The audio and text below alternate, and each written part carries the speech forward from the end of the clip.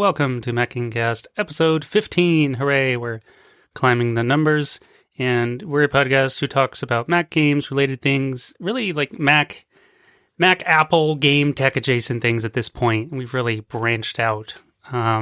Today we're mostly going to be talking about Apple and all the new release, new hardware, maybe a bit of software stuff, OS stuff. May talk about GeForceNow, and we'll see what else crops up. I'm John, as always, and with me is Ted. How you doing, Ted? Pretty good. I'm doing well. Awesome. Casper, hello. Hey there. Nice to be here. Yay. And, of course, the classy Sam. How are you this evening? I'm doing very well, thank you. Thanks, everyone, for showing up this Thursday, the 21st. So, last podcast, we had some pre-chatter about Apple. Monday's come and gone a few days later. How are you guys feeling about the reveals, Casper?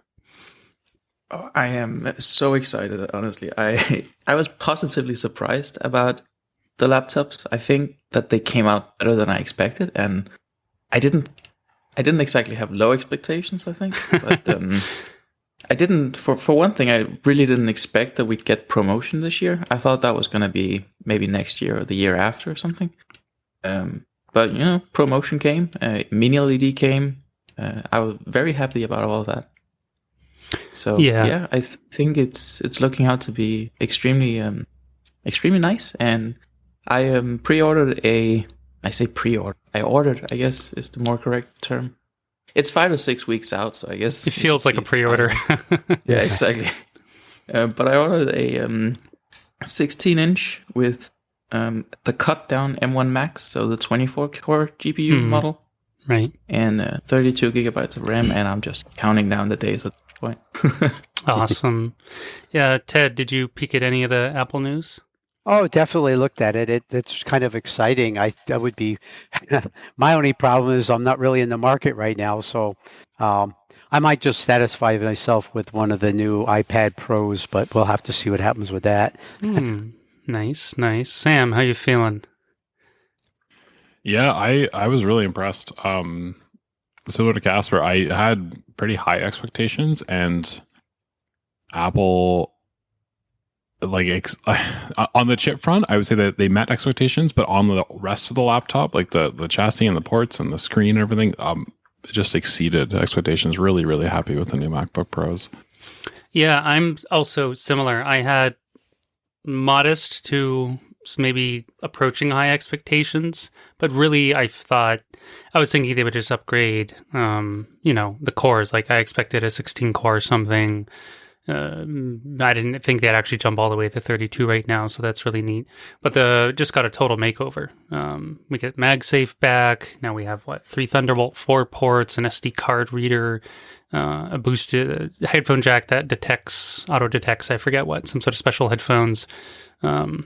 Increased, high impedance, thank you. 21 hour battery life on certain, 15 to 20 hour battery life, basically, depending on what you're doing. That's really cool. No touch bar, which I never liked, so that's great.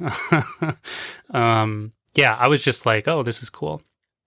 So I was at work that day, and I was like muddling around on my phone. We were chatting about some of the stuff in text. So we've pretty much all ordered some machines other than Ted, right? So Casper ordered the 24 core. I ordered just a default 16-inch, no upgrades. I was considering the same one as Casper, but realized it would just be greedy, didn't need it, so I just went with a flat baseline one. Sam, what did you end up ordering? So I have ordered the base 14-inch, so that's the slightly cut down 8-core CPU and the slightly cut down 14-core GPU. So we'll kind of have the full, other than the 32 core, we'll have everything represented. Right. Yeah, we'll have a range to poke around with. Sam and I are liable to get ours sooner rather than later, maybe in 1 or 2 weeks. Of course. Mine should be here on Tuesday, I think. Ooh, hopefully. Okay. I hemmed and hawed. I was going to order a higher one. If I just ordered a baseline one right away, it would have shown up next Tuesday. But now it's projecting that Tuesday to the following Tuesday, so I don't know the range. We'll see. Casper being international relative to the USA, it's going to take you, 5 or 6 weeks to show up. Yeah, if I had bought a base model, it would have been just 1 week. It said on the store page. Oh, okay, okay. Configuration I went for said 5 to 6 weeks. So I see. Yeah, the custom, same for me. Customizing in the checkout jumped the time frame up to, I think, December or something, even. No, late November, December. So I didn't really want to wait. And before, like, I'm not going to, it was like $3,500 to get like a pimped out one, like an M1 Max 32 core or whatever. That's exciting, but I have no need for it. iMacs, desktops are my main machine. So I'm going to wait until they come out with, an upgraded iMac of some kind. Hopefully by then they do something like a 64 core or whatever that would, sometime next year. But in terms of, the gaming end, they didn't really highlight any games at all, I don't think, which is a little disappointing. The one thing that did happen was that there was a very, very tiny brief mention of games. When they showed off the new MacBook Pros and the chips, they had someone talking about what you can do with the new chip, who was talking about throwing 3-dimensional cubes around in a game editor to like push the limits of what the hardware can do. It's like a benchmark thing. I think I remember seeing he mentioned like games for a nanosecond, saying like it's going to be exciting to see what game developers can do with this period. Right. That was it. That was right. Yeah, even at the original M1 reveal, they showcased, I think, some kind of game stuff. So it's a little sad. Also, what's interesting is on Apple's website, when you go to the checkout page and you're looking at the upgrades, and you can click on like, what's this, or what do I need, or whatever, in relation to like the GPU and RAM. In the past, they've always mentioned gaming in their blurbs. It'll be faster video editing, audio editing, and for gaming. If I recall this time, I clicked through, there's no mention of games anymore. So they seem to have really eliminated it, which is funny because we're really now better than ever for gaming. We don't have our hands on the machines. We can only rely on the benchmarks Apple has shown us in graphs. There's been some benchmark testing by, who is it? I forget who. Is it in Casper? You posted some links. Was it Geekbench or something? Specific. That was just Geekbench. Yeah, right. But that's semi-anonymous user data that just gets uploaded. Sure, right. So it's not reliable. But basically, the 16 cores, GPUs now in 16 gig RAM, we can roughly. In theory, it doubles the performance. Does that mean, say, a 20 or 30 FPS game magically jumps to a 40 to 60 FPS game? In some cases, maybe. In some cases, probably not. But what's certainly true is that we've been across the board, across the team, impressed with the M1s from last year. So even the new baseline models with just a 16 core should be better because the memory bandwidth's better. The hard drives are 2 to 3 times faster. The SSDs, the read speeds jumped to 7.4 gigs, or I forget what it is. Yeah, 7.4. Yeah, which is pretty cool. I mean, even my current iMac's only 2.8, which is fast, but that's like, I'm thinking like, how fast would that load like Total War maps, which are notoriously long to load, or something, Yeah, when the PS5 and the Xbox Series X were announced, Sony and Microsoft made a big deal about the SSD speeds and how it would allow instant loading of game data into the game where you could do it so fast essentially that you wouldn't necessarily need to store the whole level in memory when you were walking around it. You could like stream things in live from the SSD. Right. And so part of that's already happening on last generation of consoles, but to a much greater extent. So it's kind of interesting to see if Macs eventually, I mean, it isn't right now because the M1s exist, but if we eventually get to a point where that kind of SSD performance is baseline and expected, that might also change when things get made. Right? Yeah, absolutely. Another thing I just want to mention real quick is I think it's interesting that when Apple did mention games at the event, that brief mention I mentioned before, they focused on the developer side of things. It wasn't here's what you can play. It's going to be interesting to see what game developers make with it. So it felt almost more like they were saying the Pro machine is for making the games, and the M1 customer devices is what the games will run on. Right. Yeah, there's no denying that the tech is super impressive. Even, PC Gamer wrote an article about it, and they were, impressed. And they're like the enemy, if you will. I mean, that's like not really anymore. Like that war is kind of fizzled out, I feel, long ago, generally speaking. I was all about it when I was younger, Bill Gates was the devil and, all that stuff. So, we still have the problem of, okay, great, we have, fancy new machines up to 32 core, which is roughly equivalent to a 3080 mobile chip or something, right? It depends how you measure it, because Apple did admit that if you just do look at the raw performance, they don't match the RTX 30. Right. But if you look at the RTX 3080 mobile in a power constrained situation where you unplug the laptop, right. Or something similar, or thermally constrain it, then they can match and outperform it. So sure. I think raw performance wise, we're looking closer at a 3070. Sure. Yeah, the raw performance, I've been battling online with people in forums on this. A lot of people, I think kind of surprisingly, don't believe the chip is going to be as fast as it is. And obviously we haven't seen real benchmarks yet. But the fact of the matter is this is the same architecture as the M1 that came out. It's been on the market for a year. So you can, it's not like a big leap of faith to just be like, okay, we had 8 GPU cores, now we have 16 or 24 or 32. That's just a 2 or 3 or 4x jump in graphics performance, because graphics scale pretty much perfectly. It's not like CPUs where if you gave me a loaded Mac Pro with 30 cores, that wouldn't really benefit me in any way, because I have no workloads that can make use of that. But graphics, GPUs have been highly parallel processing for decades. So right. So yeah, it's the same architecture as M1. It's not an architecturally improved design from that'll be the M2 or the M3 or whatever. Right.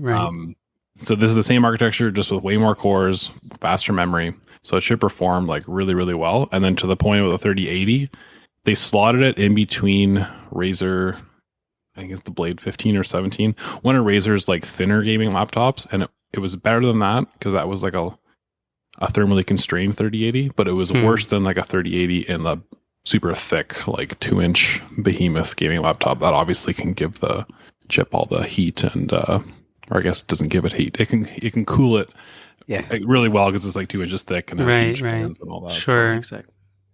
Yeah. Exactly. Yeah. I mean, yeah. Go ahead, Casper. Yeah, I just want to say that the last podcast, the one thing that did concern me was exactly the memory bandwidth issue, because if you'd stuck with the same memory interface as the M1, or even taken the same memory interface but used LPDDR5, which they are using LPDDR5 now rather than LPDDR4X, I don't think you could even get close to feeding the memory requirements in terms of bandwidth of one of these 32-core monsters, right? But fortunately, the Apple was way ahead of me on that one. And, have the widest memory interface I've ever seen on any chip that isn't HBM or something like that. Well, the Max has a 400 MB memory bandwidth or whatever. So Apple's numbers is 400 gigabytes per second, but it's estimated that it's actually closer to 410 gigabytes per second at 409 point something. Interesting. Oh.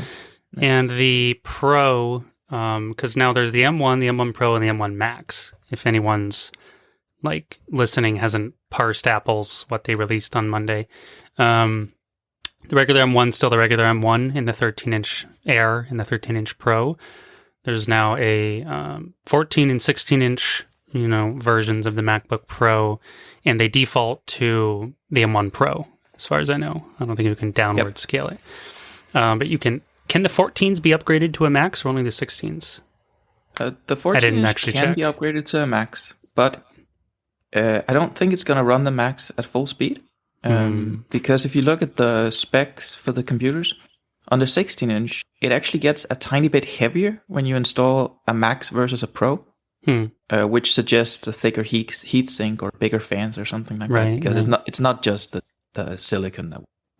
Right. And it's not a huge difference. There is a difference.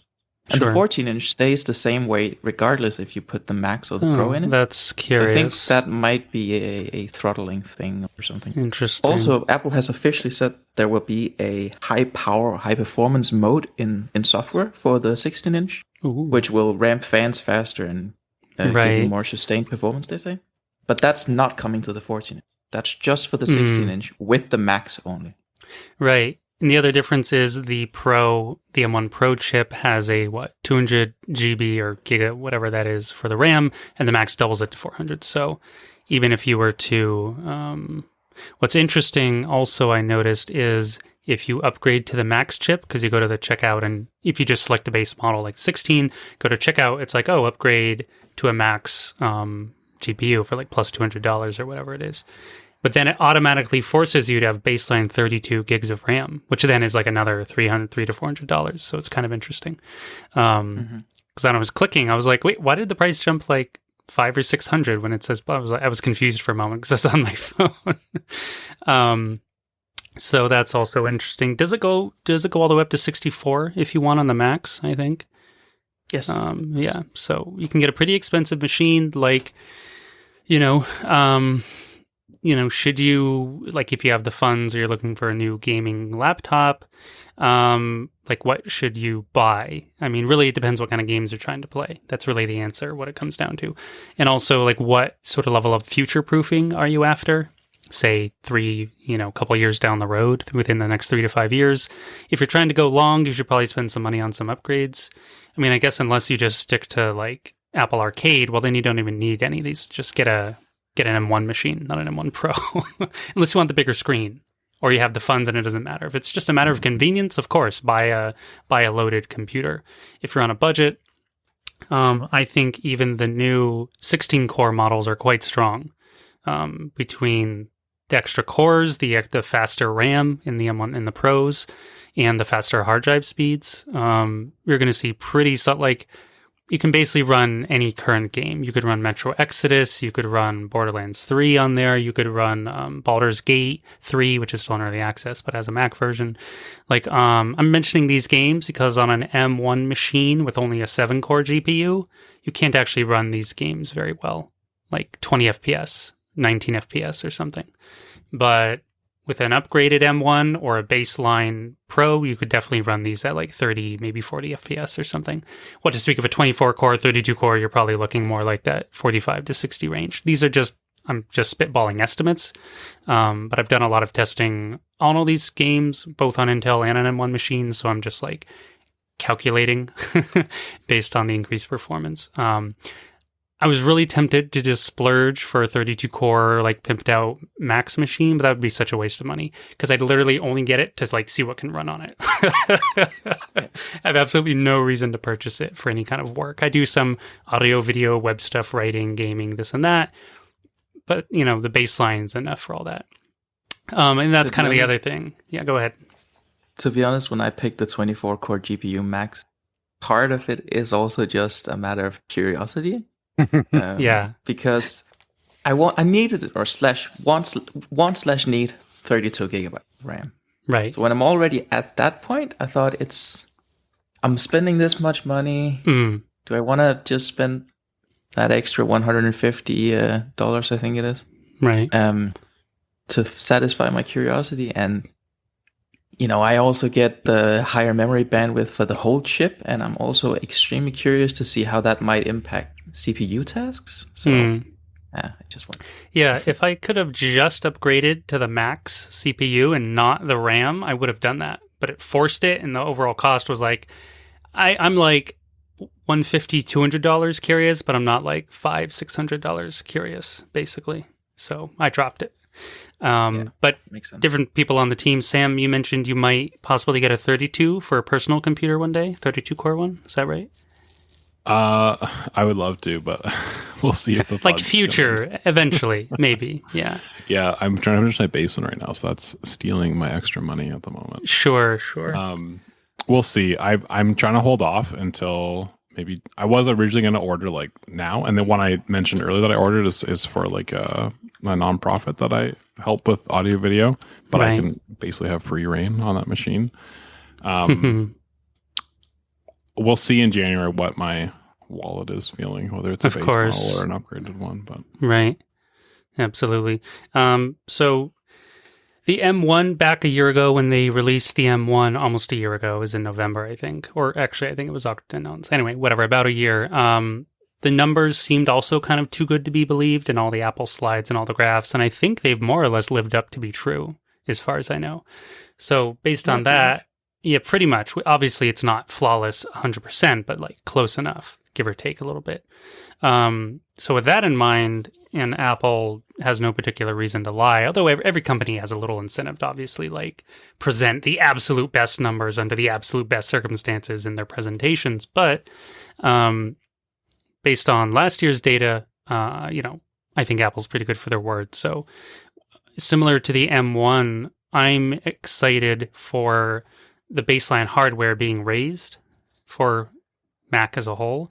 Obviously not instantly, because the M1's still available. A lot of people will still buy those $1,000 whatever machines. But a lot of people will pick up probably, I expect like the 14-inch default MacBook Pro to be like super popular, I imagine. Mm-hmm.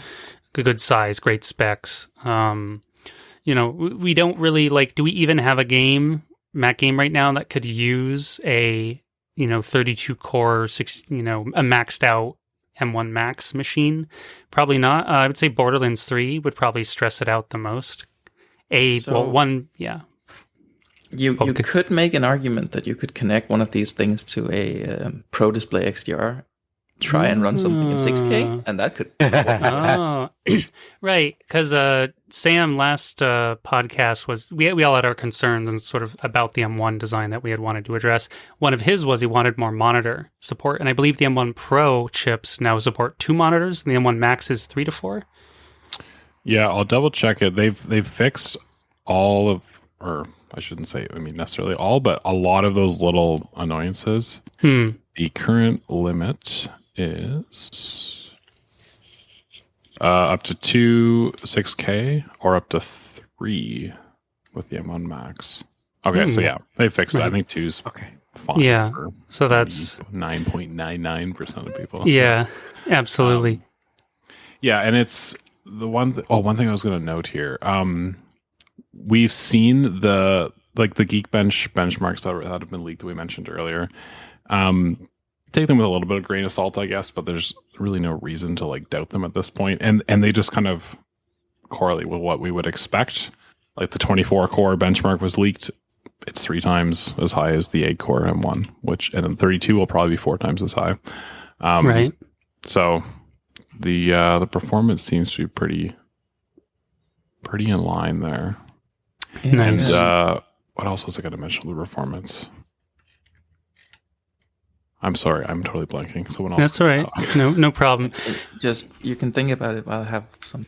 John, you have basically the same iMac as me, right? The i7 with the 5700 XT. The i9. I have the i9, 10 core i9. Okay. But otherwise, Ted, you had the same machine or what with the iMac? I think I do. I think I have the same one as you do, Casper. I ran some numbers based on the Geekbench data that came out, and I'm looking at. So again, I have the i7 model with the 10700K, and I'm looking at 30% faster single-threaded performance and nearly 40% faster multi-core on the laptop, which is wild. I think that draws so much less power than the iMac, right?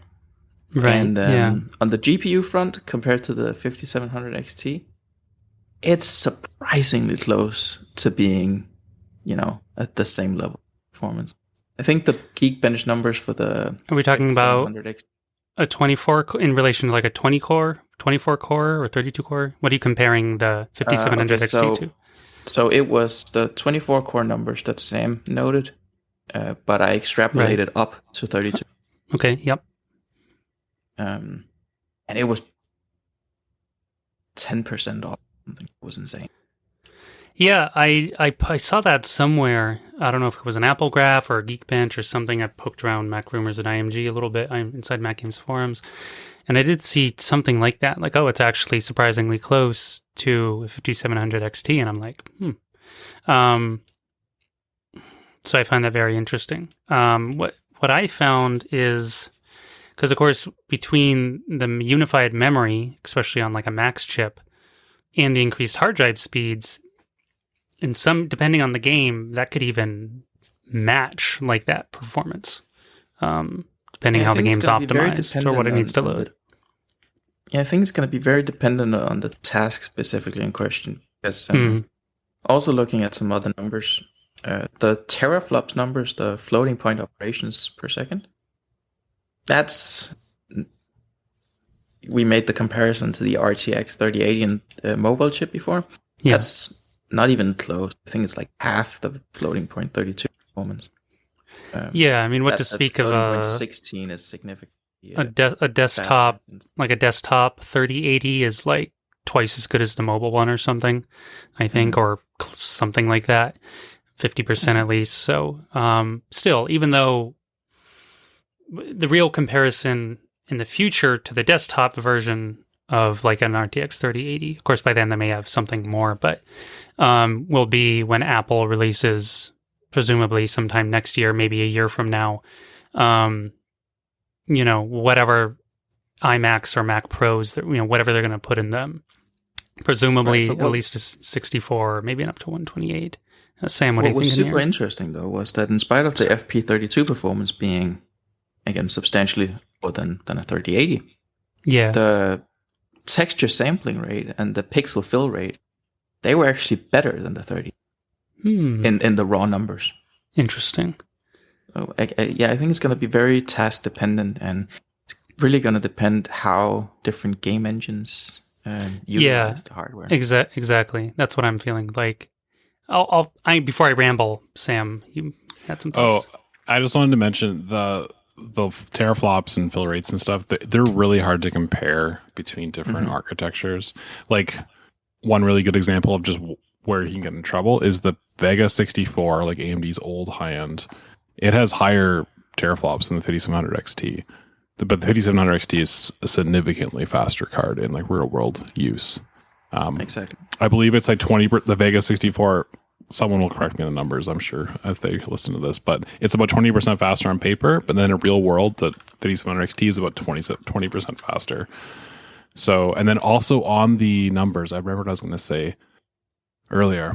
The CPU in the new laptop is basically the fastest CPU we've had in a Mac. It is only beaten by the 16 core and up CPUs that are in the iMac Pro or Mac Pros in terms of multi-core performance, and it's the fastest single core performance in any Mac to date. And then if you compare it to Windows, or not, I guess not Windows per se, but like non-Mac CPUs that are available, it's faster than the desktop, like 11700K, which is like Intel's like almost top end consumer CPU, and their best one, the 11900, it loses slightly in single thread, but actually beats it in multi-thread, the M1 Max. So it's right up there with like flagship desktop CPUs for performance, and it's doing that in like I think it's 30 watts or 40 watts, like just the CPU itself. It's doing that at that really low TDP and obviously a laptop chassis. So, and then we mentioned the future iterations. I don't know if we want to talk about that now or later, but no, it's fine. Yeah, there's I should bring it up here. John Siracusa, probably pronouncing his name wrong. He basically leaked a block diagram of the CPUs like way back in May. So it was kind of like, whatever, it's a rumor back in May. It was like 100% accurate for these M1 Pro and Max machines. And so what he rumored then is that the M1 is this, the M1 Pro is this Jade C. It's called the Chop because it's chopped in half. And then there's the full Jade C die, which is the M1 Max. And then he also leaked there's a 2C, which is literally just two M1 Maxes put together. And there's also a 4C, which is just four M1 Maxes put together. So the 4C, I would assume, is only on the Mac Pro, the big $10,000 tower. So that would theoretically put it at, what is that, 8 times 4, 32 performance cores and like 128 GPU cores and a lot of performance. But also a lot of money. So don't expect that one in laptop or consumer Mac anytime soon. Right. But maybe the double one, like a 64 core or something in an iMac, maybe. Like The double one I could see as maybe being an option in like the highest end, like 27 or 30 inch. Sure. iMac, Yeah. But And that's the rumors. That's the one I would splurge on whenever it comes out. Make it my machine for a long time. Absolutely different. Looping back to the like under what conditions will your hardware perform? The RAM, the SSD, the CPU, the GPU. I'm bringing up Total War because I played that very specifically. Let's see, Total War Warhammer, but any of the recent Total War games, which are all out for Mac, including Total War 3 Warhammer, also coming for Mac probably in January or February because it got delayed. The games seem incredibly SSD dependent. Like I played it on non-SSD iMac, an older one, and it took like I think 2.5 minutes to load a level or something ridiculous, like a battle level. And then I tried it on an SSD machine and it loaded in like 30 to 40 seconds. It's like, wow, what a difference. I also noticed, interestingly enough, in that particular game, just changing the graphics from high to medium on even a non-SSD could increase load times by like a full minute or something. It was like, oh, like out on the regular map, I can run this on high on my older iMac, but it takes so darn long to load battles. I don't want to play a battle. Like, I'll just automate them, So it's like, that was interesting. But I guess what else? Yeah, our best games are sadly games from 2019, at least PC release dates. Borderlands 3, I think, technically didn't get its Mac release to like early 2020. Metro Exodus, of course, just hit earlier this year, but they are games from 2019. I don't even know what we really have in that kind of 2-year period. The only thing that comes to mind is Borderlands Metro and now Baldur's Gate 3. But the guys at Larian who developed Baldur's Gate 3 and Divinity Original Sin, great RPG series, they have Mac people on the team who specifically went out of their way to make Baldur's Gate 3 available in early access for Mac and optimize it for M1, which is pretty rad. But they have fans on their dev team, so it's like that seems to be like we need more of that, like Mac fans on a dev team somewhere to bring us, the games, more on time or even in an early access. So, like we have these cool new machines. I'll stop in a moment, and even more cool machines in the future. But I really hope by then, it's not like, okay, we've got Total War 3. Let's go. We've talked before about maybe we'll see Dying Light 2 or Tiny Tina's Wonderlands. It's Borderlands spinoff because they in-house ported Borderlands 3 to Mac. So there's some potential. Same for Dying Light. Got an in-house port to Mac, but that was like 2 years after the game release or something. At least a year and a half. It was a long wait. With any luck, if they do make ports, they won't be so long. Maybe they'll be incentivized by the fancy new hardware, M1 Pros and M1 Maxes and stuff. Who knows? But the potential is there. It's greater than ever before for the developers. Not greater than ever before because you can still get like a high-end, like the iMacs we have. But it's getting close to exceeding where like the current crop of Intel, high-end Intels can do in terms of like gaming performance. Close to matching it, and next year it'll exceed it, I have no doubt. So I'm not trying to be a downer or anything. I'm just thinking like I really want like more than the only game I would know for sure is Total War Warhammer 3, which would be very intensive. And maybe some of those like Tiny Tina's, Wonderlands, which would be rad. But we'll see. We'll see what happens. Anyway, that's all I have to say about that. Casper, it is possible though that without any software support being added, because of the M1 Max, right? It's same software support as the regular M1, of course. Right. But with virtualization technology, as it already is now, we possibly can do way more than we can do with the M1 because let's say you run Windows through Parallels or something like that to play your games. Mm-hmm. You have to dedicate a portion of your RAM to the virtual machine and a portion of your RAM to the Mac OS system. And that can be potentially limited on systems with, just 8 or even 16 gigabytes. But if you have machines that can go all the way up to, 32 or even 64, but probably not necessarily 64 or anything out there right now. That might open the door for feasibly virtualizing more Windows-only games through Parallels or something like that. Yeah, we might absolutely. expand the software catalog that way. Yeah, I'm thinking, that's what I'm also thinking, and we've touched on this before in previous episodes. Andrew, I forget his name, Ty, I believe. Yep. Tizer, I forget his exact name. We had on episode 5 to interview. He runs the YouTube channel. Oops, you might hear some background noise. Not from me. A train honked. That doesn't normally happen, so I can't. That's really annoying. He just put out a video. He's put out 3 or 4 videos on the new hardware, including, I think, a video entitled something like 100 games that run on M1 Pro or M1 Max or something.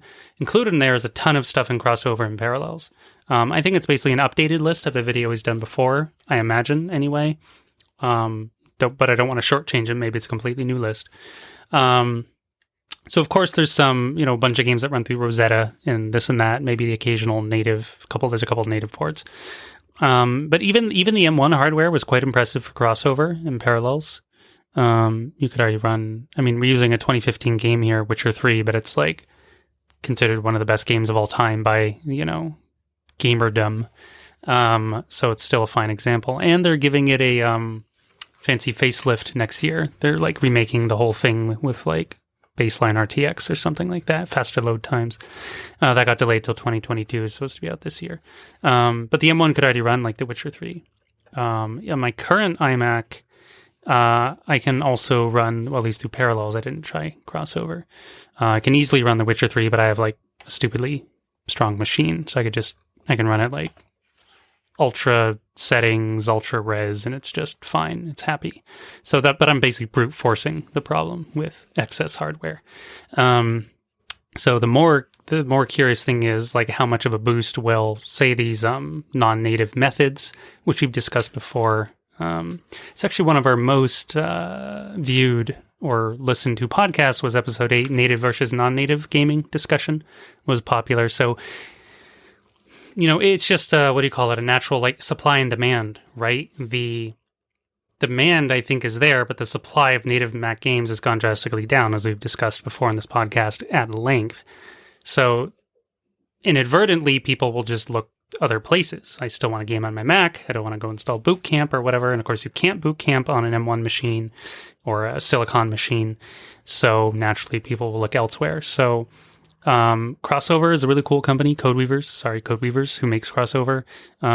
They said their version of Crossover for Monterey, the new OS, is delayed. I don't know how long exactly. So there'll be some delay there. But there's already people, again, speaking also of Andrew, again, I think he has some videos on running even Windows 11 on an M1 Silicon machine and ARM. And like people are really digging into this. There's extensive posts on Reddit. There's various YouTube videos. Like hardcore dudes, maybe some gals, I don't know, have really gotten into this and figured out documentation and tutorials and what games run and how to tweak it. So it depends like how badly do you want to play whatever, GTA 5, Witcher 3. We're not going to be able to like virtualize Cyberpunk anytime soon, 2077. It's too hefty, I imagine. In the most cases, we're virtualizing like roughly 2015 era games, maybe up to 2018 or something. I don't think we're successfully virtualizing any like AAA level, like 2020, 2021 style game. Indie titles, lower scale, less demanding titles, probably some stuff's being done. I think Devil May Cry 5 works pretty well now. Great series. And of course, GeForceNow, which I've been a big proponent of on this show. We had a whole section dedicated to it. I forget maybe the non-native episode 8, but it's come up more than once. And speaking of them, they also just released a new package, which is pretty pricey. It won't be online until November. You can pre-order it now if you want. It's, I think, $99 for 6 months or $90 if you're a founder member. It gives you exclusive access to RTX 3080 rigs, like guaranteed. Right now you get a variable range even as a paid user of the service. You could end up with a 2080 or a 2060, or I forget what else is going on over there.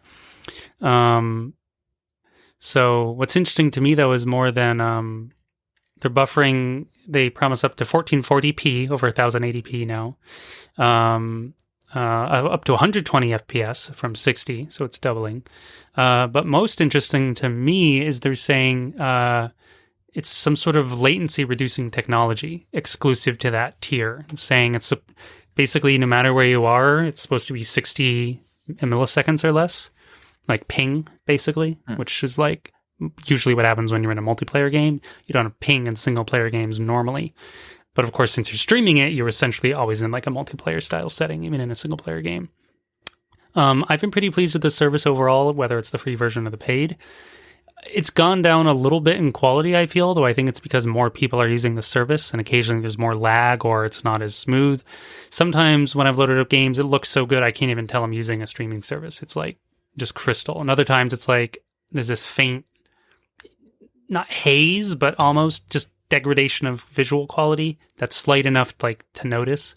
So I did pay for it because I'm more curious than anything to try it. Like how much better will all those things, will it really support 1440p smoothie? Will that decreased latency be there? Basically, will it just always look amazing? They said something about more control over persistent in-game settings, which is, I think it means things like maybe your mouse and keyboard controls or your graphical settings. Because even now in the current paid service, you're supposed to be able to go in and it's supposed to run at high settings, basically. But a number of games I've gone into, it's actually running at low or medium for some reason. I'm like, what's this nonsense? So I just go into the settings and change it to high or ultra and then play the game. And it seems to remember in many cases. So I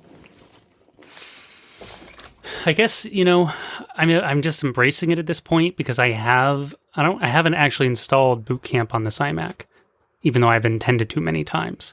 It's just like I can't be bothered. I still have lots of stuff to play on my Mac side. Though I've decreased my catalog to like 3 games, like Dawn of War 3, Disco Elysium, and like Untitled Goose Game. I think that's my backlog on Mac right now. Those 3 games. Then I have like a long list of PC stuff. It's like, well, a bunch of this actually works in GeForceNow. Some of it doesn't, though. All this streaming wars nonsense, people don't want their games in certain platforms. So, is that the future of Mac gaming? And I don't mean to turn it into that discussion, but what's true is that's going to continue being available, even if there is a resurgence in native Mac porting and titles, whether that's in-house devs or companies like Feral and Aspire. I don't know what Aspire is doing these days. We'll see if, for example, they release the remastered Knights of the Old Republic for Mac. They've made no mention of it yet, but they certainly, it's not like the game wouldn't run, even in like a remastered engine or something. We'll see. But again, the hardware is really good. It's bound to have great performance right now in current games. It should be rather future-proof in general. And if you're someone like Ted, sorry, I haven't given you much to talk about because, essentially you won't be buying any of these machines till the future. But of course you're interested as a Mac fan and Mac user and stuff. My personal hope is that, gaming just gets easier for everyone and there is more cross-platform and there is more access and there isn't you're over here in that corner, you're over here in this corner. And we see developers already making more strides with cross-platform play and this and that. Yeah, what do you think, Ted? Well, I just had one thought while you were talking about the GeForceNow thing. Do they have a native client for that on the Mac side? They do. M1 native, I meant. Ooh, that's an interesting question. I already have the other one, but I just was wondering. I know they don't have it for the iOS, so. Right. I don't know if it's native, but it does work on M1, the app. Yes, Sam. They don't have it on iOS because Apple's being really annoying about that. Apple has banned game streaming on iOS. GeForceNow, Stadia, Amazon's whatever Amazon's is called, Luna. Yes. But I'm going to check right now if it has native M1 support. But the client's basically just like a glorified web browser. It's just connecting to their servers. It's not really doing any processing on the machine, really. Yeah, what's interesting, like in this the RTX 3080 update for GeForceNow, the one I was just talking about, costs $99 for 6 months. They specifically talk about not only Mac, but also like M1 machines. Like, hey, you got an M1? This is a great way to have a super powered rig and everything. I mean, it honestly is like for the money. Even if you go for that 3080 tier, that'd be $200 a year, but even like over a 5-year period, that's like $1,000. I mean, it's like leasing. Like, does leasing make sense for you? What kind of games do you want to play? Not everything's available on GeForceNow. A lot of stuff is. Some notable things aren't. But if you're happy with that selection, I recommend investing in it. If you don't want to drop money on a higher end Mac or PC, let's say to the tune of at least $1,500, but really more like $2,000 to $3,000. I mean, how many? That's like 20 years of GeForceNow or something at their highest tier or whatever. My math is probably incorrect, but so depending on your needs, it could make more sense to get a really cheap machine with a solid monitor or even a good external monitor and just stream. But some people don't have great internet. Some people have spotty internet. Some people don't like the idea that your games are sort of somewhere else, not on your computer necessarily. Stuff like that. Like, I don't recommend Stadia at all, even though the quality is good, because I was a beta tester. The quality is, as in some cases, might even be better than GeForceNow, but you don't own any. The games are within their own ecosystem. You can't take it outside of it. The saves or the progress, you have to buy them separately, even if you already own it. That's why GeForceNow is so nice. It uses your existing Steam library, Epic library, or Ubisoft Connect library, or I guess now Origins library, depending on what's supported. I still would rather lean into stuff like Parallels or Crossover when possible. Obviously, when possible, native Mac is superior. Like, for example, I first was playing Metro Exodus on GeForceNow coincidentally, and then randomly, I didn't know, they just announced the Mac version. As these things go, we don't really get like pre-announcements. They tend to just release, and it's like, oh, cool, we got this game. So then I switched from playing streaming to native on my computer, and it was noticeably a bit sharper, a bit smoother. In fact, I think the loading times are even better, which is interesting. The optimization is actually pretty insane in Metro Exodus for Mac. It's like really, really good. Yeah, Sam. So I completed my digging. They don't say for the app if it's optimized, but you can also just use the browser. Like, you don't even have to download the app if you don't want to. Right. And like Chrome is optimized for M1, and Chrome's the browser they recommend. So. Apparently, you can also use it in Safari now, and one other, I forget which. Safari works on, I would assume, Mac, and it works on iOS actually too. Right, iOS. Right, Casper, weren't you doing some like Cyberpunk on an iPad streamy thingy? Yes, you did some weird tests. I was testing it out for Ted because he was talking about doing an iPad gaming thing. Right. You can. So the way they ask you to do it is you go to the website thing, and it actually doesn't load the proper web app in the Safari application. Instead, it loads a page that tells you to add the Safari page to your home screen. And when you do that, and you then load it up that way, it loads it up sort of like if it were a real app, but it is still a web app. It just doesn't have the Safari Chrome and all that because it's loading it from the home screen. So it kind of feels a little bit like a native app, even though it isn't. Right. So it's a nice implementation considering the constraints they had to work on. Right. Yeah. I wouldn't be tempted to do that, but as Sam was saying, Apple had banned it. I remember it kind of going on and off the store a few times, even probably when they were changing the rules. But yeah, now it's not a thing.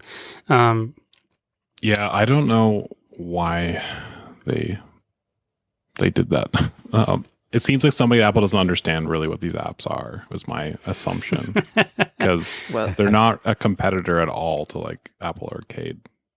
They're games, but they're like, it's like Cyberpunk versus like, I don't know, some random Apple Arcade game. Right, yeah. Sorry, were you going to say something, Ted? I was going to say, why would you play a streaming app if you could play it natively on your iOS or on your Mac? But if there's something that you can't buy, you can't play, then that's where it would come in. So you're right. It's not competition. It extends the value of the Mac device. Yeah, I think, who is it? Sam, I think you posted a link. Was there a rumor Apple was considering launching their own streaming service? Oh, is that yes. a possible Yes, I did post that. Somebody it seems like it's dead, but let me find that link. Right. Basically, Apple was considering launching their own cloud gaming service, and this was posted on Mac Rumors on the 18th, a few days ago. That's like the only possible reason I could think they would not allow others, because they want to eventually do something themselves. Yeah, this rumor. Sorry, one sec, Casper. It didn't seem like it went off the ground too much. Basically, it's just like there was internal discussions, and that was kind of the extent of the rumor. But go ahead, Casper. If you look at the App Store guidelines, what they actually say is not really that they don't allow this outright because it's game streaming. The problem Apple has with the concept of streaming in kind of a holistic way, of course, not Netflix, because Netflix goes on a like different category. They call it a reader because it's not interactive. Anyway, they consider streaming of interactive content in that way to be something where they cannot vouch for the content that you're then streaming. So Apple doesn't want you to be able to access, for example, pornography through the App Store. And if they allow some streaming service in there where they can't validate that there's not pornography accessible through that streaming service, then they've in a bad situation they don't want to be in. I see. Right. Yeah, I mean, and it also kind of ties into family parental control features in that sense, right? So I see. That's actually really kind of the crutch of the argument. Interesting. I haven't checked. I don't know if GeForceNow even has any of those games. There's plenty adult games on Steam. They're everywhere. Lots of them for the Mac, coincidentally, as well, for whatever reason. I have no idea if GeForceNow supports them. I'm actually kind of curious to go and like punch in a few and see if they show up. But part of the other issue there was back in beta, GeForceNow was doing a experimental basically custom session. You could just launch whatever service, Epic, Steam. Back then they had a whole BattleNet's whole catalog on there. Back when Destiny was on there even. Now it's moved over to Steam. Why was I bringing this up? Right, because you just kind of launch a service and install anything. So at that point, you theoretically could, yes, install any game, or I guess it didn't launch like a PC interface, like say the streaming service Shadow, which just literally launches you into a PC desktop and you do whatever you want. You're still constrained to Steam or whatever. Yeah, probably. Or you obviously could play an adult game or something on Steam. That feature's been nixed, at least as of now. I don't know if they'll bring it back sometime down the road. But anyway, obviously, corporates, even if they're Apple, they never take their chances. They follow their strict guidelines. So yeah, no chances of that happening. They just cut it. Yeah, I feel like it's still a little bit of a double standard though, because there's Reddit apps on the App Store. Right, that's true. On Reddit, so won't say what exactly, but you can find pretty much anything there. So and Reddit apps are rated 18+ on the App Store for that reason. So I see. They could just slap an 18+ rating on a streaming app and call it a day, but they don't want to do that for some reason. Interesting. Yeah, it reminds me a little bit of when Steam was fighting this stuff. They were censoring some games, kicking others off their store, and eventually they threw their hands up and said, you know what? Basically, release anything, play anything on Steam, like within reason anyway, no moderation. I think someone released some weird school shooter game nonsense on there, and it got pulled a day later or something. Like they don't allow that. That's obviously really not just beyond bad taste. I don't know what the word for is. It's stupid. Yeah. But as long as within reason, like they don't mind perversion, basically, as long as it's not real life simulated horror, torture, murder, whatever. Then it's like obviously that's off limits. But beyond that, they seem to more or less be cool with anything. Because there was a lot of controversy around even games like Manhunt. Way back, and those are older games, and I can see why. I actually played part of Manhunt 1 in boot camp, I think, and it's pretty horrific, even though the graphics weren't very good. It's just like so violent and gruesome and like unsettling with the animations. It just kind of makes you squirm. And I say that as someone who generally enjoys like your average violent shooter or whatever. It's like this was just too just like over the line, basically. So I can see why like people got up in arms about it. Which is still funny because like the Hitman series, the literal murder simulator is like one of the most popular PC and console, like whatever games in general. We've had a lot of the Hitmans on Mac too, thanks to Feral. Sam has posted an App Store rating, 17 plus. Yeah, that's for a Reddit app, and obviously listeners can't see our screens, but basically they say everything for the Reddit app, like infrequent, mild violence, humor, suggestive themes, drugs, alcohol, etc., pornography, nudity, fear, violence, unrestricted web profanity. I feel like the more interesting one, though, at the bottom of this photo that we're all looking at, Sam posted, is it's unrestricted web access. That's like the more like telling one, in my opinion, there. Yeah. You know, it's kind of like that. It's like games that are rated T for teen, which is a lot of games, but then they have a multiplayer component, and then they say multiplayer not rated, because you don't know what people are going to say or do, like say in a multiplayer setting, like over voice or in text chat or something. So I always got a kick out of that. It's like, so you could give this game to your teenager, but then you hook it up to a multiplayer game, and suddenly, who knows? Yeah. I have come across that before myself, not being the kid, but suddenly there's a kid in like, I don't know what games, basically M-rated games. I can't think of them right now. Like on voice chat. Some Call of Duties, I guess. What was it? Oh my God, I can't think of the name. Insurgency, another more like milsim shooter. And suddenly there's a kid, and people are like, hey, don't swear, there's a kid here. It's like, what's a kid doing in this 18 plus game? Get out of here. But sometimes people also adjust, and everyone's like, stop the profanity, guys. And everyone like acts really like polite and, you know, tries to accommodate for the kid being there or whatever. Anyway. Yeah, Sam, did you have, looping back, we're kind of rambling at this point about games, we being me. You have some more thoughts on Mac stuff? I realized we forgot to really talk in depth about like the non-chip related things with the new MacBook. So like we mentioned a little bit, but maybe I'll just run through them all and then we can. Yeah, please. Absolutely. That'd be great. So like like obviously the chips are great, but ignoring the chips, brand new like body and design, first redesign since 2016. Reminds me a lot of the old like titanium, like G4. They weren't called PowerBooks back then, and like the iBooks and stuff. The way the design looks. We have ports coming back, so we have HDMI 2.0, SD card, and then Thunderbolt 4s.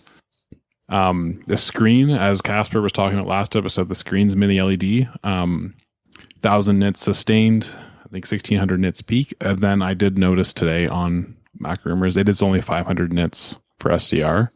That's what they limit it to. It's thicker and heavier than the MacBook Pros that it's replacing. So I think that's a good thing. It's a pro machine. Make it be a little more pro in terms of the cooling and battery life and stuff like that.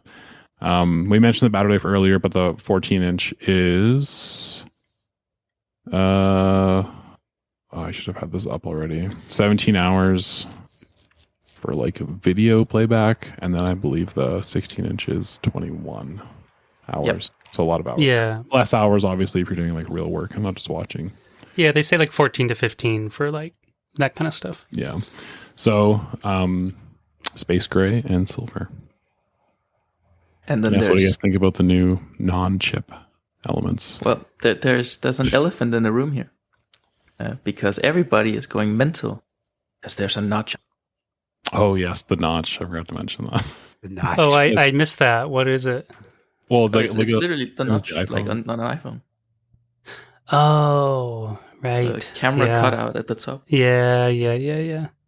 That's true. I guess with that, the camera was upgraded to 1080p finally, which doesn't sound like a lot, but for Mac webcam standards, that's actually a pretty big upgrade. Also, new speakers and microphones again. Yeah, I was impressed. Well, of course, I haven't heard them, but by the presentation, it's supposed to be, I think, 6 speakers now, and even simulating like spatial audio. And well, they didn't use the word simulating, but I can't imagine how it isn't, because it's not like the speakers are around you. But it says it supports spatial audio, which at the moment, in terms of like Apple specific services, I know their Apple Music service supports, but even then, only certain songs are done for it. I did a test of that because I have some AirPod Pros which do support spatial audio, and I just out of curiosity I tried it, and it's cool. It is really cool for the music, and I've tried that before in headsets. These technically support them, the Astros, and if you go and find the right like downloaded movie codec or music, you can actually get it, and it's super cool, but it's a lot of work. You So I don't know that word very differently than I've ever heard. Oh, spatial, isn't it? Spatial. Yeah, I'm sorry. I'm probably wrong. It's okay. I wasn't sure if it was like spatial. a local dialect way to pronounce it. I actually have no idea. I could just be horribly wrong. I'm usually good with vocabulary, but that one, spatial, I think I believe I'm wrong. Someone's corrected me on that, just not in like years, because I never really used the word. I just don't. Yeah, spatial. I tend to think of it as just surround sound, basically. They did have virtualized surround sound. They had some like I thought it was a little bit cringe when they demoed it. Like MacBook speakers are really good, like probably the best in the industry, but they were like a theater-like experience. It's like, well, I'm watching a movie on a laptop. I don't think it's quite movie theater. It was a little grade. cringe, and they had like whatever, like graphics drawn of the sound like surrounding this person laying on their bed watching a movie or something. If anything, if I had to point to one thing, they've probably oversold or hyped, so to speak, it's probably the speakers.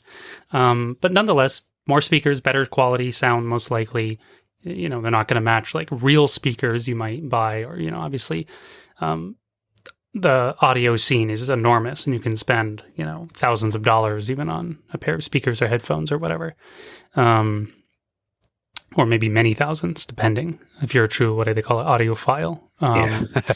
But, again, better baseline stuff. Can we complain? No, better baseline stuff is great.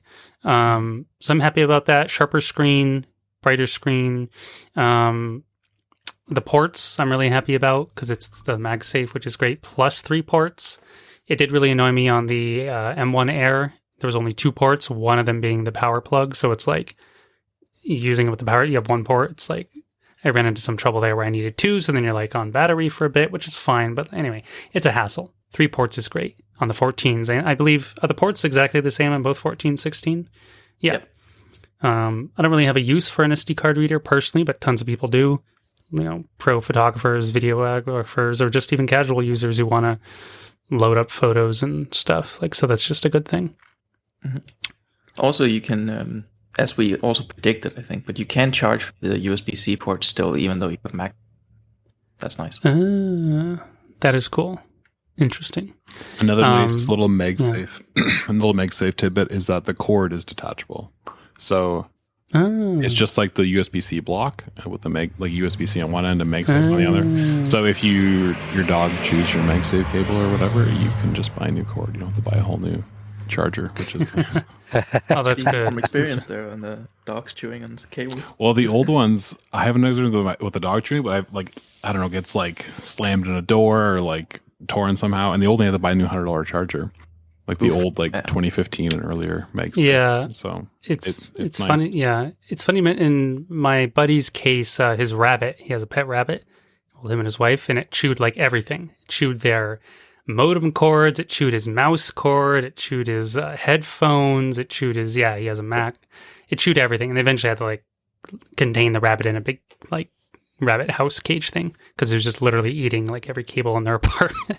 First, they were trying whatever tape and this and that. Anyway, it didn't work. But so it's not just dogs. You got to watch out for rabbits apparently too. Maybe certain cats. I don't know.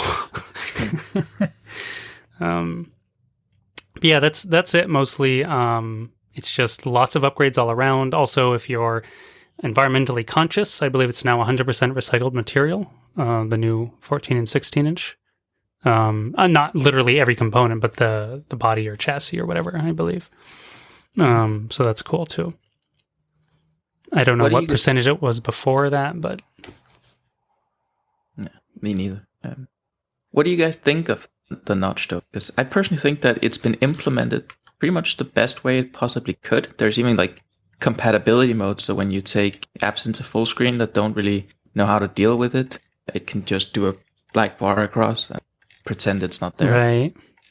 The one thing I think could be, The one thing I feel like might be annoying, I haven't tried it yet, is that the mouse cursor can actually go behind the notch. I feel like that's kind of janky, but I don't know. That is a little janky. I get used to it, because I do have an iPhone, specifically, an XR. And yeah, there's a little notch. So I'm kind of used to blocking it out. Every now and then I actually notice it. It kind of startles me, oh, there's this annoying thing in my vision. I guess I don't know how I'd feel about it on, Sam and I will find out in a week or two. Well, Sam probably sooner than me. How much do you notice it? Obviously, when you're just sitting there looking at it, you'll notice it. But when you're just using the machine to do whatever you do, will you just zone it? Will it just kind of fade away is what I mean, It doesn't bother me at all. I honestly don't even notice the notch on my phone. I think it's one of those things, the notch and the HDMI port only being 2.0 instead of 2.1. People decided were two horrible acts of injustice that Apple has performed. But HDMI 2.1, I don't know how many people are hooking up to 4K 120 hertz displays on a regular basis that they don't have DisplayPort for, because they normally use DisplayPort over the Thunderbolt ports. So it really is just 2.0 is fine. It does 4K 60 hertz. And then for everything else, you would use Thunderbolt 4. And the notch, I don't know. I don't care. I think it's worth noting with respect to the notch that the display has gotten taller. So you're not really losing any screen real estate. You're actually just gaining extra menu bar space. So the menu bar just gets pushed up, right? And the content area is actually kind of taller in that sense. Yes, they preserved. So it's a 16 by 10 aspect ratio below the notch. So everything above the notch is above 1610. If that makes sense. I don't know, my wording's great there, but you can hide the notch in full screen mode. And you still have a full 16 by 10 aspect ratio. Right. Or if you don't go full screen, you essentially have a full screen plus menu. Yeah. Interesting. Yeah. I think it'll bug me when I'm just sitting there staring at it. But as soon as I start writing, coding, gaming, whatever, well, of course, if you're gaming in full screen, but for some weird reason you were gaming in windowed mode, it shouldn't be too much of an issue. But of course, some people, it will, because it is a new thing. It does look a little odd on its own. But in actual use, it probably won't really matter too much, I imagine. I thought it was a little bit funny how Apple sort of sounded like they weren't too happy about it. Indirectly, because they're oh, and here's the new display, and it looks great in dark mode, and in dark mode hides the notch, and stuff like that. So, and in all their marketing, it's always a black. Yeah, I mean, I would prefer it's not there, but it's not going to prevent me from using the machine or anything like that. Speaking of display stuff, going back, Casper mentioned this way earlier in relation to me saying, oh, we don't really have games to test maybe on this higher end hardware. Well, that could be a way to stress test your machine, hook up a really nice display, external display, and, crank a game at whatever, 4K, 5K, something. Because that really strains your hardware jumping. I mean, I can run pretty much anything at 1440p, 2460 by whatever that is, 14 something. 2560 by 1440, I think, on just about any game other than Borderlands 3. Ha ha ha. Well, that's not true. I actually run Borderlands 3 at 4K, but I 50% draw the render resolution. It's super weird optimization on that game for my computer anyway. So I'm running it super max, but then actually in half res, so it is really anyway. It ends up being actually 1080 or 1440 or whatever. So that would be a way. But, of course, this is the thing, have you already played through all these kinds of games? Are you expecting, unlike a console market or the PC market, you're not going to grab a new computer and be oh, next month or two, I'm going to play X big new release, on my machine or my console. We don't really have that, unfortunately. There's a time we did, we don't right now. You will have to turn to those, alternative methods we've talked about, streaming or crossover parallels or whatever. But I still think it would be pretty cool to see, how what kind of 4K or whatever plus gaming some of these machines could do, unlike a Metro Exodus or Borderlands or something like that. Right. Within the displays are increased resolution on both the 14s and the 16s. Sam was just saying, 16-inch MacBook Pro native resolution of 3024 by 1694. I don't even know what like P rating that is exactly. Nothing. It's like it's higher than it's higher than 1440p in terms of pixel count. So yeah, it's probably like halfway between 1440p and 4K. So yeah, something like that. even like a really high end, like the 32 core is going to be That's true. It would. stressed out at that resolution. Yeah, it's you want yeah, like it's higher like, ultra settings, but it's one of the quickest ways to stress your machine is just jack the resolution. But with the higher pixel density displays, we may actually probably going to return to era of Retina resolution being at 2x. So for a long time now on the 16-inch, and I also think on the 13-inch, but I'm not entirely sure, the render resolution of the UI has been some non-integer scaling factor. So the resolution is like 1.75 times scale or something like that. Essentially, if you go into the scale resolution, you can pick more content, more bigger text, something like that. I forget the naming. Yeah. And it's essentially run at a scaling factor where it's not pixel double things exact. So it had to do like interpolation of how things looks between the pixels. Right. And with the higher resolution, we're probably going back to literal pixel doubling, which will make things even sharper, not just accounting for increased resolution, but also in how things are actually rendered on those pixels. Nice. they actually confirmed that the default is pixel doubled out of the box. You can obviously change it if you want, but Nice. Right. Sure. it is the default. Cool. Yeah. So whatever games are running on the new 14 or 16-inch MPPs should look pretty sharp. Or even if you're not, even if using the streaming service or whatever, just generally everything should look swanky. Of course, they're targeting, the audio video pros first. That's what all their marketing and presentation was about. And that's a huge Mac market, obviously. The main Mac market, I guess, kind of forever, relatively speaking. But yeah, what developers will take advantage of it, we'll have to wait and see. But right now it's still exciting. New hardware is good. Runs existing stuff better. And it'll run new games better whenever they show up. Or if you have a work purpose as well, that's even better because then you can use it for work and play. It's easier to swallow the cost of a pricey machine when you can use it for more than one purpose. Yep. And that's it for me pretty much on the new Apple stuff. It's cool. We've 3 out of 4 of us have machines on the way.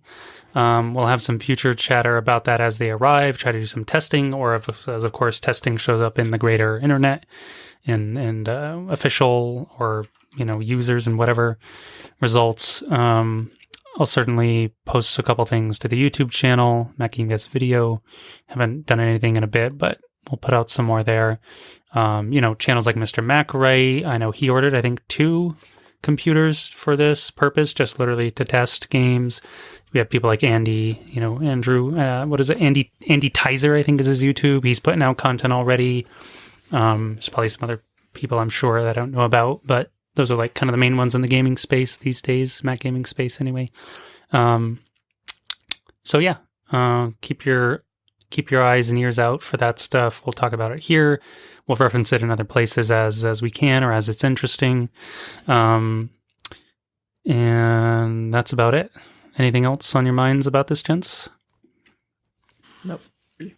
No. All right. Excited. Well, yeah. It's still, new hardware is always fun, but this is special. This feels like a once in a long time makeover. I think you mentioned, Sam, it was 2015 or 16 was like kind of the last major update in that sense. So long time coming, feels really cool for all laptop users. For the desktop holdouts, sometime next year, they're sure to show up. Maybe not till October, but sometimes they do things like middle of the year or even in spring or summer sometimes. So we'll check that out then. And that's about it. So thanks for listening. Thanks for being here, gents, and have a good evening or morning for Casper. All right, see you later, everybody. Yeah. All right, gents, I think that'll wrap up our podcast. We covered a lot about Silicon. What were we talking about before? Apple history. kind of bash them a little bit, but that's okay. We love them. That wraps it up. Thanks everyone for listening. Thanks always to Sam and Cass for being here. You guys are awesome. Really love the tech stuff at the end, by the way. All those extra details. I have like a very surface level understanding of some of this stuff, or in some cases not at all. So I really enjoy hearing you guys either talk about it or answer my questions. I appreciate that. All right, see you later, everybody. Yeah, cheers. A big thank you to Kevin McLeod for the intro and outro music. Be sure to check out his library on the web. You can find more episodes of our show on our website, macgamecast.com, or in all major podcast directories. If you enjoy the show, please consider commenting, following, or sharing. Thanks again for listening, and see you next time.